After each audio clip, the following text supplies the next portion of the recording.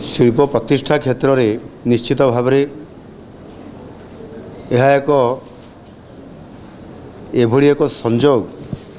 जे जापानर माननीय प्रधानमंत्री ताकाइची एक उच्च स्तरीय प्रतिनिधि मंडल सहित भारत को तांकर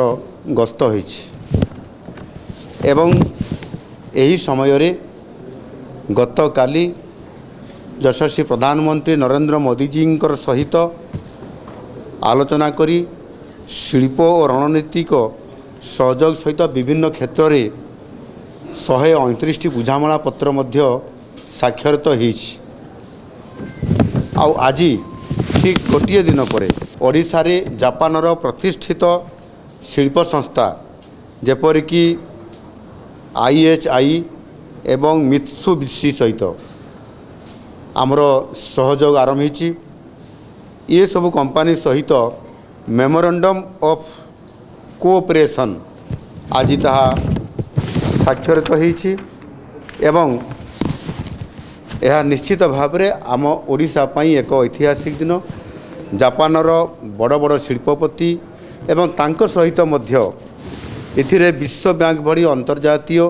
संस्थार प्रतिनिधि माने मध्य आज ओडिशा रे एभली एक कार्यक्रम समय रे एठी उपस्थित अछंती।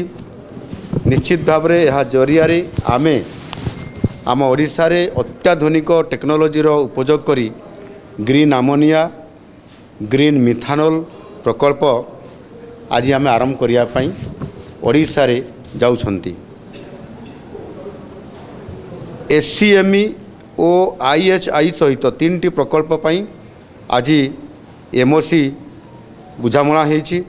ये सब प्रकल्प गुड़िक आमर गोपालपुर एवं पारादीप रे प्रतिष्ठा हेबा पई जाउछि एवं ये प्रकल्प गुड़िक प्रतिष्ठा हेले 67,000 कोटी टंका निवेश हेब एवं यह द्वारा मध्य पाखापाखि प्राय 8,000 रु अधिक एथिरे नियुक्ति सुजोग सृष्टि हेबार गोटे बड़ ये प्रकल्प आसीबा द्वारा आज संभावना सृष्टि होइछि। ओडिशा को विशेष करी ग्रीन एनर्जी क्षेत्र में एक प्रमुख करबा पई आम सरकार आसिला परे ताकू बड़ धৰণৰ एक उद्यम आम जारी रखिछंती। 12टी बड़ बड़ कंपनी ग्रीन हाइड्रोजेन और ग्रीन अमोनिया प्रकल्प को आम मंजूरी बा अप्रूवाल दे सारी एवं सेथिपाई मध्य 2 लाख कोटी टंकार अधिक पुंजीनिवेश आसीबा उपक्रम करुछि एवं सेथिपाई मध्य 36,000 रु अधिक एथिरे जॉब बा एम्प्लॉई सुजोग सृष्टि होइछि जहाँ आम ओडिशार जो नियुक्ति को बड़ गुरुत्व मध्य एथिरे दिया जाउछि। और सेथिपाई ये जो पारादीप एवं गोपालपुर को मिसैकरी आम ट्विन ग्रीन इंडस्ट्रियल कॉरिडोर्स ये तैयारी करूछु जो थे कि ये सब अंचल मानक ग्रीन हाइड्रोजेन रो व्यापक भाव में या को व्यवहार करा जाई परिवो। आपण माने समस्त जानिछंती जे ओडिशा आगामी दिन में भारतर इस्पात राजधानी हेबा पई जाउछि। आ सेथिपाई 2036 सुधा आमर जो संकल्प अच्छी सेथिरे 150 मिलियन टन पर आनम ये क्षमता सह ओडिशा विश्व में ग्रीन स्टील बा सबुज इस्पात उत्पादन रे 1 नंबर निश्चित भाव में हेब। या सहित आमे आज IHI कॉर्पोरेशन और मित्सुबिशी कंपनी को ओडिशा रे आधुनिक जापानी ग्रीन इंजीनियरिंग एवं आमर स्थानीय MSME गुड़िक सेमानकर ग्लोबल नेटवर्क सह जोड़िबा को मध्य आमे सेमान को निमंत्रण करिछु। तांकर सहित मध्य ये आलोचना होइछि एनु निश्चित भाव में गतकाली आमे UAE सहित गोटे बड़ एल्युमिनियम विभागर एक बड़ क्लस्टर घोषणा एवं MOU कला परे आज जापान सहित आमर एभली भाव में गोटे बड़ एथिरे जो आमर ग्रीन अमोनिया ग्रीन एनर्जी को लेकर आम जो आज तांकर सहित बुझामणा होइछि। निश्चित भाव में आम जो मेक इन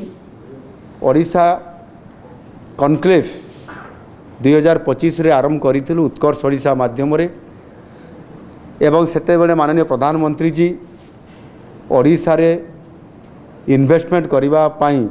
से निजे ग्यारंटर हिसाब रे रही थिले एवं समस्त को देश भितर देश बाहर थिबा पुंजी निवेशकारी को आह्वान करथिले एवं आज जिते बड़े 1.5 वर्ष पर आम ये प्रक्रिया को जारी रखिथिबा कारण आज 10 लाख कोटी टंकार अधिक प्रकल्प को आज आम अनुमोदन दे सारीचु एवं 3.5 लाख कोटी टंकार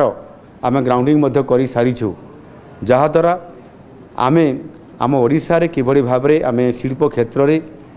ओडिशा को अर्थनैतिक दृष्टिकोण शिल्प दृष्टिकोण सारा भारत वर्ष रे स्वतंत्रता हासिल करबा पई ये जो लक्ष्य रखीचु तार फलस्वरूप जापान सहित एवं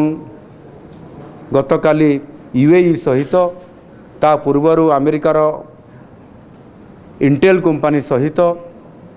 एवं यही भाव में अनेक कंपनी सहित जितेबाला आम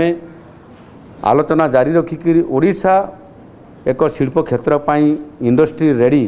करने जो क्षेत्र प्रस्तुत आम करूँ से आग को जाऊँगी निश्चित भाव में मुझे आशा करी जे आगामी दिन में ओडिशा शिल्प क्षेत्र में अर्थनैतिक दृष्टिकोण समृद्ध हम एवं आमर जो मिशन 2036 अच्छी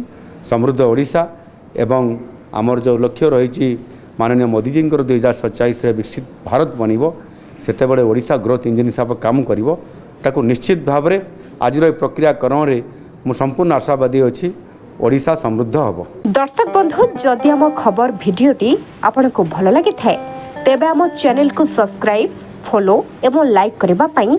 बिल्कुल भी भूलंतु नहीं। हाँ दर्शक बंधु आपण अन्य बंधु मानक शेयर निहाती करंतु। धन्यवाद। नमस्कार।